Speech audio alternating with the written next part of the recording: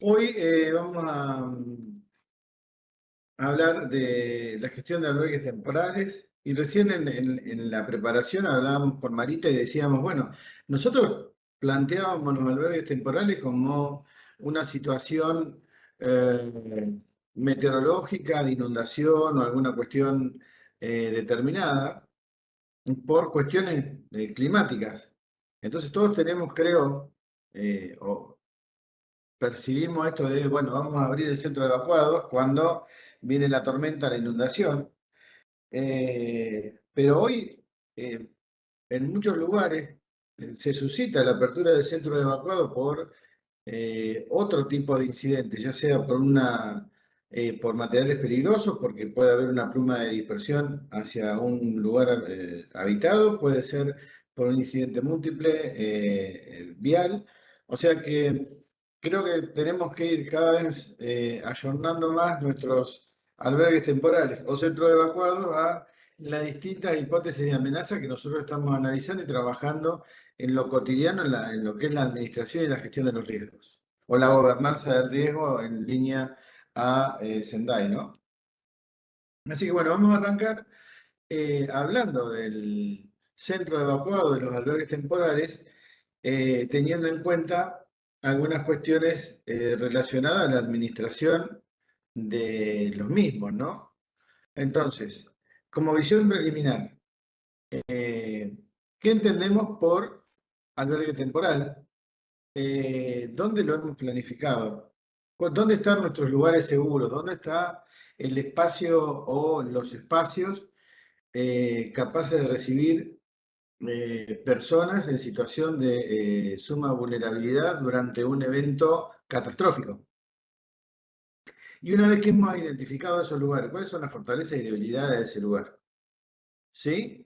Eh, Fundamentalmente esto, nosotros ese espacio que hemos diseñado, que hemos planificado y que hemos trabajado durante mucho tiempo en la previa, tiene contemplada la accesibilidad a discapacidad, tiene planteada cuestiones de género, cómo manejamos alguna situación que se puede dar de violencia de género o de entorno vulnerable, cómo y cuándo, cómo, cuándo y quiénes los activan, ¿sí?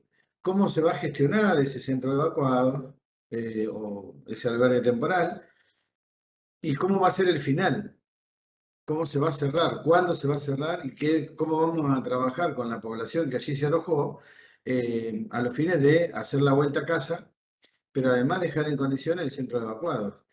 Y hasta ahora venimos, digamos, estas preguntas están planteadas o pensadas en un solo evento, pero también tendríamos que empezar a recrear en simulaciones eh, múltiples amenazas, múltiples eventos en un mismo tiempo. Entonces ahí tenemos que empezar a trabajar también en lo que son las medidas de seguridad, en realizar simulaciones, en establecer bien qué actor va a desempeñar cada tarea, cómo vamos a trabajar en la prevención de siniestros en el alojamiento y demás. Entonces, digamos, esto es como una visión preliminar o básicamente qué es lo que nosotros pensamos cuando armamos esta presentación, en qué nos enfocamos, pensando básicamente en la defensa civil municipal, que es el primer eslabón en la respuesta y que indudablemente es quien tiene que tener aceitados los mecanismos hasta que eh, otros dispositivos se puedan activar. Bueno, algo que todos sabemos y que todos tenemos muy claro, si por ahí estaba el amigo de Junín, yo no sé en Junín cuál es el lugar, pero por ejemplo, ¿no? Pero Claudio sí lo sabe. Entonces, todos sabemos cuáles son los lugares, cuáles son las fortalezas y debilidades que tiene ese lugar y entender si ese espacio físico que nosotros vamos a destinar como albergue temporal eh, contempla todas las amenazas que nosotros hemos analizado, o esa categorización de amenazas que hemos analizado y que le den por su frecuencia, más que nada por la frecuencia y el impacto, son las que están en el top 3, digamos. Entonces, eh, ¿nos sirve para todas las amenazas o en realidad podemos usarlo cuando hay un evento hidrometeorológico, pero sí tenemos una situación con materiales peligrosos, por ejemplo, no porque está dentro de un área de alto riesgo? Entonces es importante analizar todas las posibilidades, ver las capacidades, ver los recursos que nosotros tenemos, ver lo que nos falta. Nosotros tenemos un centro de evacuados en mi pueblo para 800 personas. No tenemos 800 camas, ni catres. Entonces, ¿qué? ¿Terminamos poniendo colchones o establecemos un acuerdo con alguna organización que nos pueda ceder los catres o algo para que la gente pueda dormir adecuadamente? Después, ubicarlo geográficamente en el espacio es fundamental. Ahora vamos a ver en una placa más adelante. eh, y fundamentalmente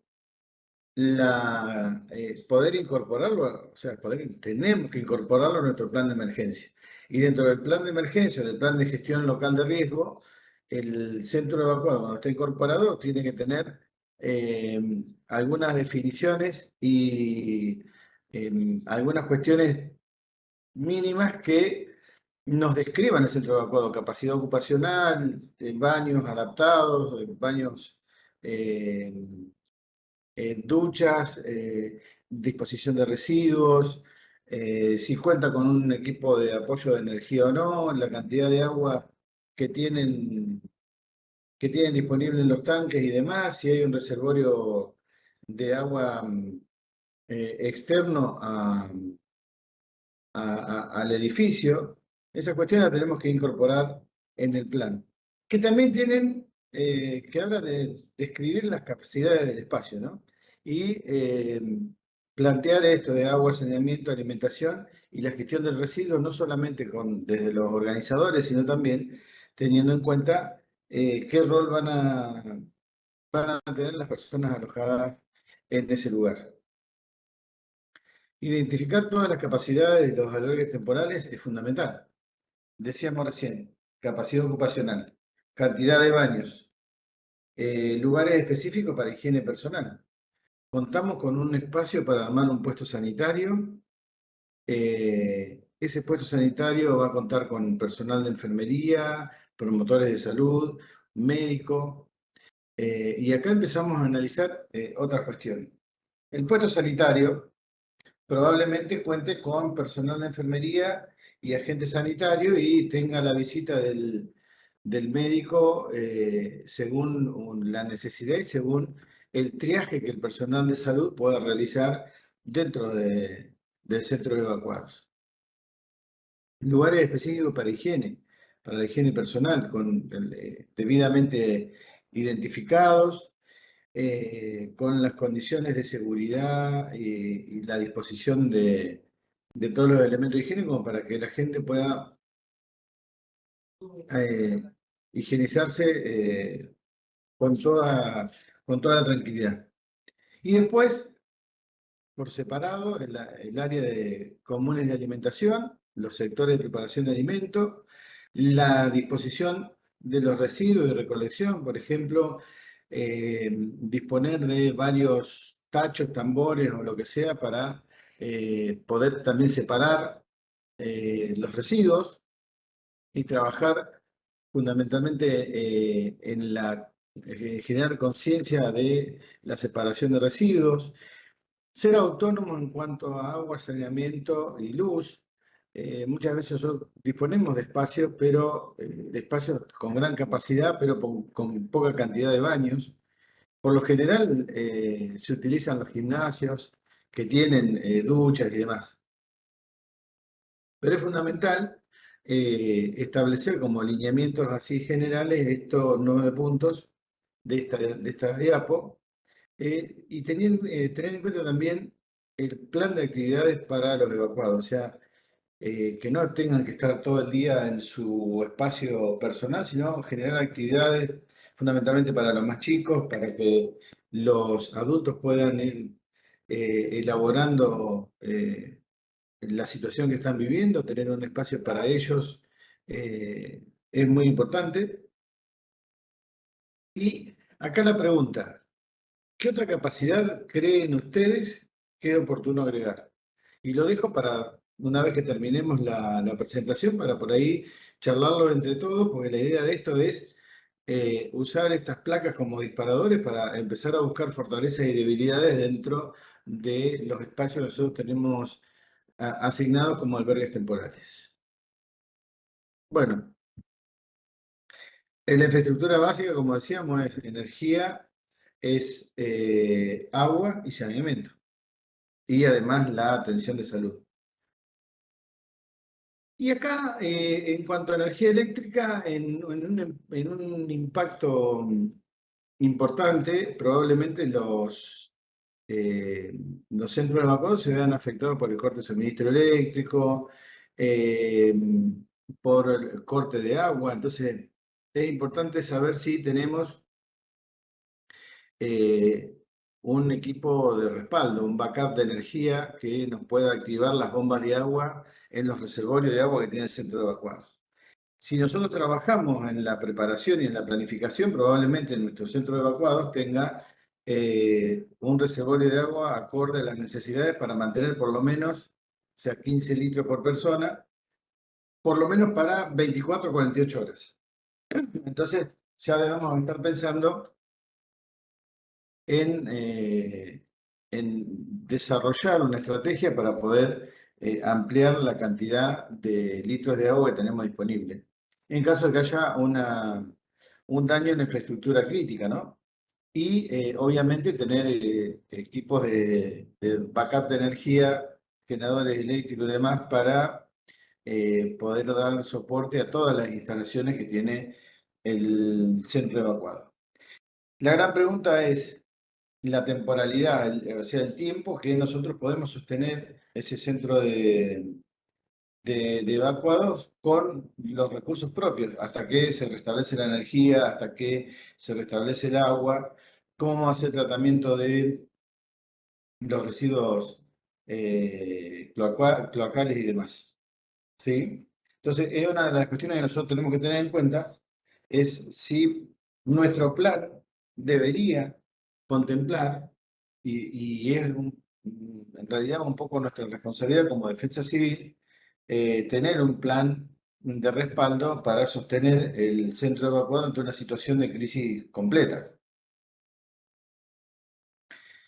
En cuanto a el agua potable, que era el otro punto que nosotros hablábamos recién. Bueno, ¿hay riesgo en el agua que tenemos disponible para la salud? Eh, ¿De qué manera lo podemos reducir?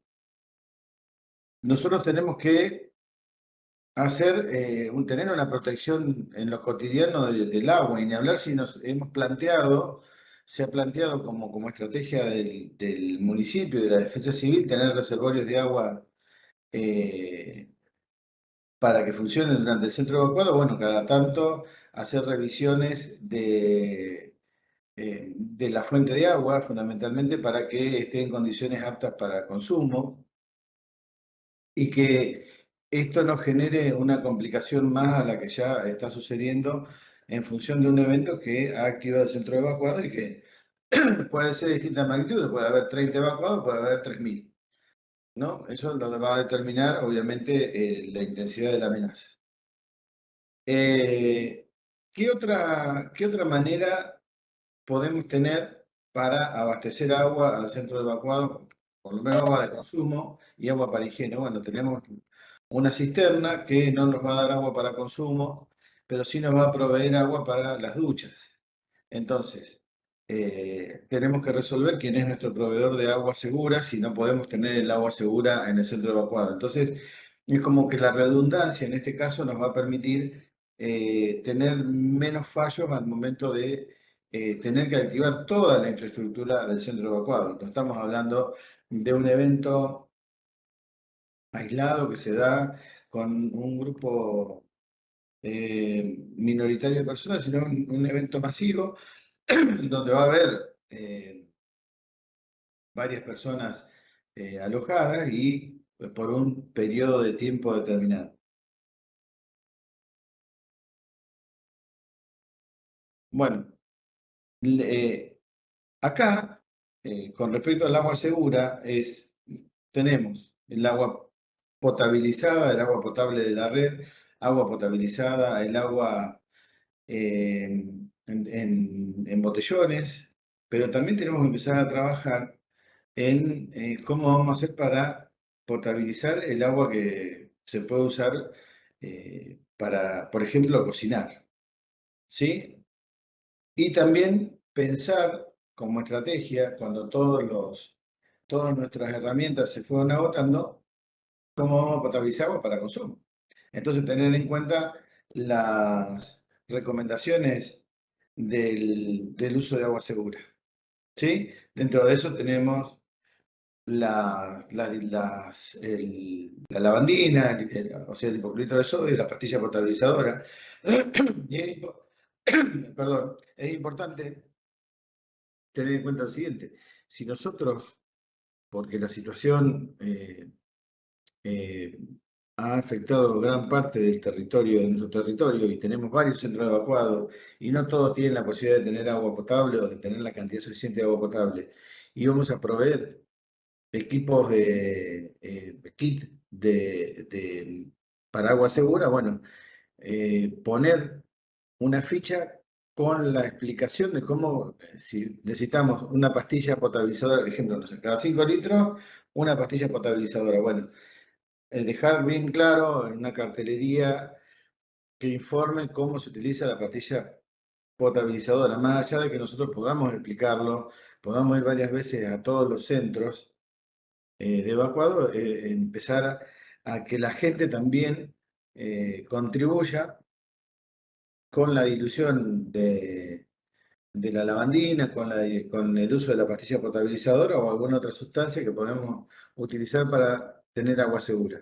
Ejemplo, llevan, no sé, quieren asistir a un barrio que no tiene agua, que las napas están contaminadas, que está todo inundado, entonces hay un reservorio de agua portátil que se dejó en el lugar de 30.000 litros de agua. Tenemos dos opciones: o lo preparamos nosotros y nos aseguramos de que el agua, valga la redundancia, quede segura, o a medida que vamos proveyendo agua, también le vamos dando la pastilla para potabilizar y explicamos bien cuál es el procedimiento, cómo es el uso y hacia dónde apunta esa agua potabilizada, hacia qué consumo, qué tipo de consumo. Teniendo en cuenta básicamente que una persona requiere alrededor de 15 litros eh, por día para, digamos, hacer todas sus tareas, fundamentalmente los 3 litros de agua para ingerir, eh, en realidad más de 6 litros para la higiene. ¿Por qué? Porque acá lo que estamos planteando esto es del ESFERA, del manual ESFERA, que acá lo que nosotros debemos plantear, el uso racional del agua durante se toma una ducha, los tiempos de ducha, cómo se van a establecer.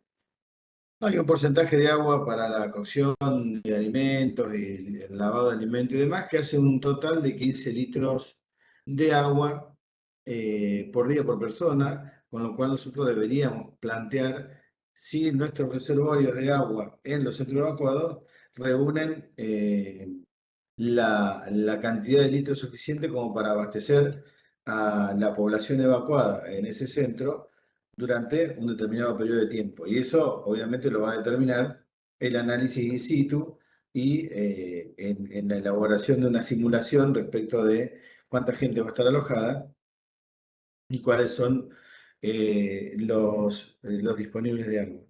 Indudablemente, eh, para esto nos viene muy bien hacer algún tipo de simulación de escritorio, porque así nosotros vamos a entender cuáles son las fortalezas y debilidades que tiene cada uno de los lugares que nosotros hemos elegido como albergues temporales.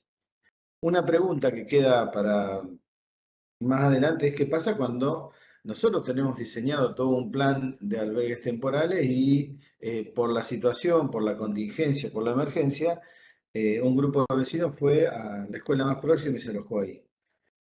¿qué hacemos? ¿Fortalecemos ese espacio o tratamos de evacuarlo lo antes posible a un centro de evacuados? Bueno, acá que les va a quedar como material en el PDF,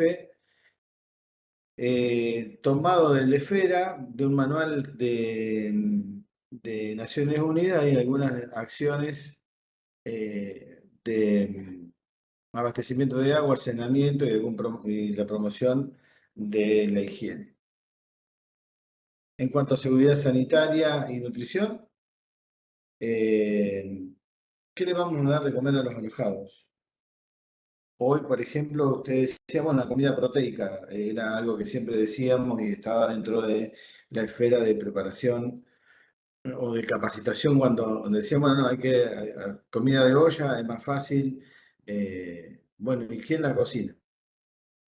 Consideramos las situaciones especiales de alimentación y esto va a ser un punto fundamental en el registro de ingresos de las personas evacuadas.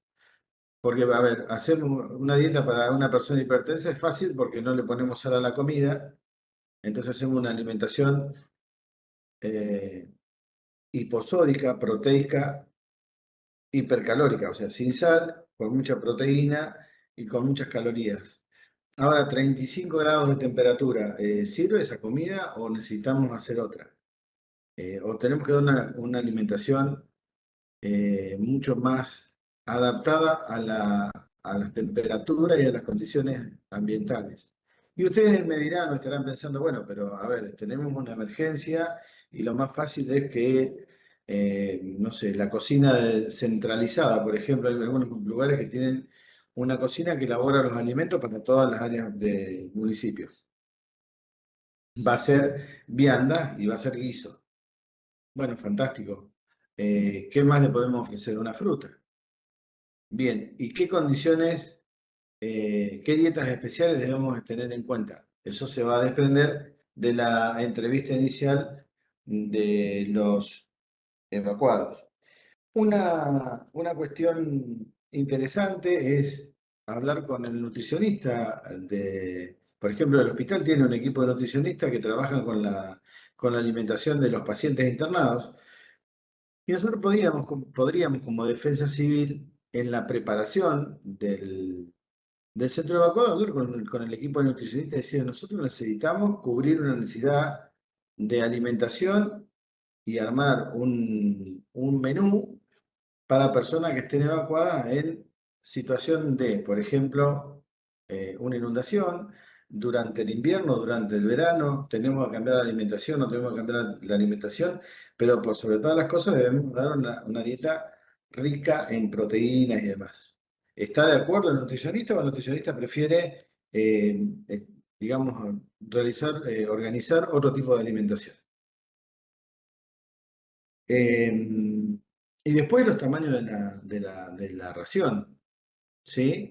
Eh, tenemos que asegurarnos que esa persona esté bien alimentada, que todos y todas las personas que están alojadas en el centro evacuado desde 100 a 0, digamos, tengan la alimentación que corresponde, ¿sí? Y mediante cartelería, mediante las personas que van a colaborar en el centro, hablar, y más en estos tiempos, de mantener una adecuada hidratación y marcar pautas de alarma para que ante cualquier inconveniente esa persona pueda ir al servicio, al puesto sanitario, al servicio de enfermería o al área de triaje sanitario para que sea evaluado en caso de que haya un bajo consumo, ya sea del alimento porque no le gusta, porque no puede, o un cuadro de deshidratación. También es importante trabajar y aprovechar ese espacio que nosotros tenemos para trabajar en lo que es educación sanitaria, en prevención y promoción de la salud, en ya ir planteándole a nuestros vecinos que están evacuados ahí, cuáles van a ser las pautas para que puedan regresar a su casa, ir estableciendo en función del fenómeno, eh, el tiempo estimado en que van a estar haciendo el regreso a casa, cuáles son los cuidados que van a tener. Y durante estar en el centro evacuado, obviamente hablar de lactancia materna, de los cuidados de, del agua, el cuidado y la preparación de alimentos, y además destinar un sector privado para que se pueda hacer una lactancia segura y con un apoyo de un equipo profesional. Y ustedes deben estar pensando, ¿y de dónde saco todo esto? Bueno, estos son los promotores de salud que trabajan habitualmente en los CAPS, los enfermeros que trabajan habitualmente en los CAPS. Entonces, podemos trabajar junto con salud para avanzar sobre un programa de difusión en escenarios adversos como este. Y algo muy importante, el registro de ingresos y egresos de las personas. Acá tenemos una planilla, si andan, que tiene fecha de ingreso, hora de ingreso, nombre completo, DNI, edad, género, teléfono de contacto, observaciones médicas, si es menor, quién es la persona responsable que lo acompaña, la fecha de egreso y hora de egreso y qué destino va a tener, si es su hogar, si es la casa de un familiar, porque tenemos que hacer todo un seguimiento respecto de esta situación, ¿no? Fundamentalmente para ver eh, esto de asegurarnos la vuelta a casa. Y acá, además de eso, nosotros vamos a preguntar, vamos a completar la ficha médica. Que esa ficha médica la podemos diseñar de dos maneras. Una, que sea rápida y preguntarle, bueno, ¿padece algún problema de salud? ¿Toma algún medicamento? Hasta que pueda ser evaluado por el personal sanitario, ¿verdad? Que en esa ficha médica posterior, que va a ser el personal sanitario, ya tiene más que ver con una anamnesis, donde se hace toda una valoración de la condición médica del paciente. Entonces vamos a tener que, tenemos obviamente sus datos personales que van a estar adjuntos con un número de orden, que va a ser el mismo número de orden de la ficha de ingreso, con todas los contactos telefónicos del familiar, de quien la persona decida.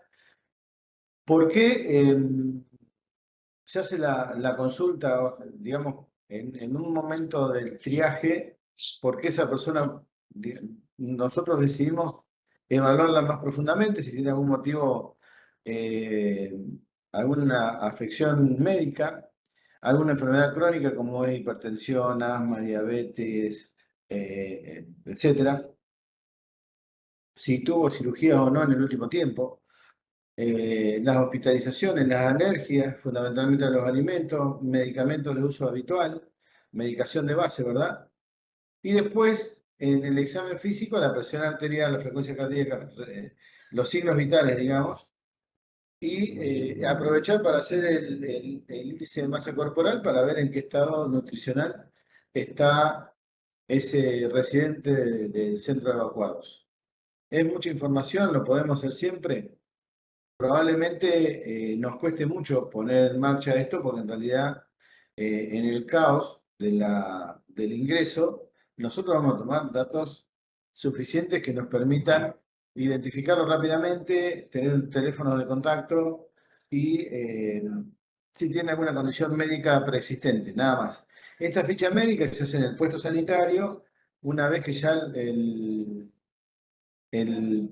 paciente, iba a decir, el evacuado ya está conviviendo con nosotros en el centro y necesitamos saber más de esta persona. Y por ahí ese es el contacto que vamos a tener en mucho tiempo con el sistema de salud y la persona. Entonces también es una manera de avanzar sobre estas cuestiones. Algo importante, todo este cúmulo de información no sirve de nada si nosotros no lo podemos distribuir.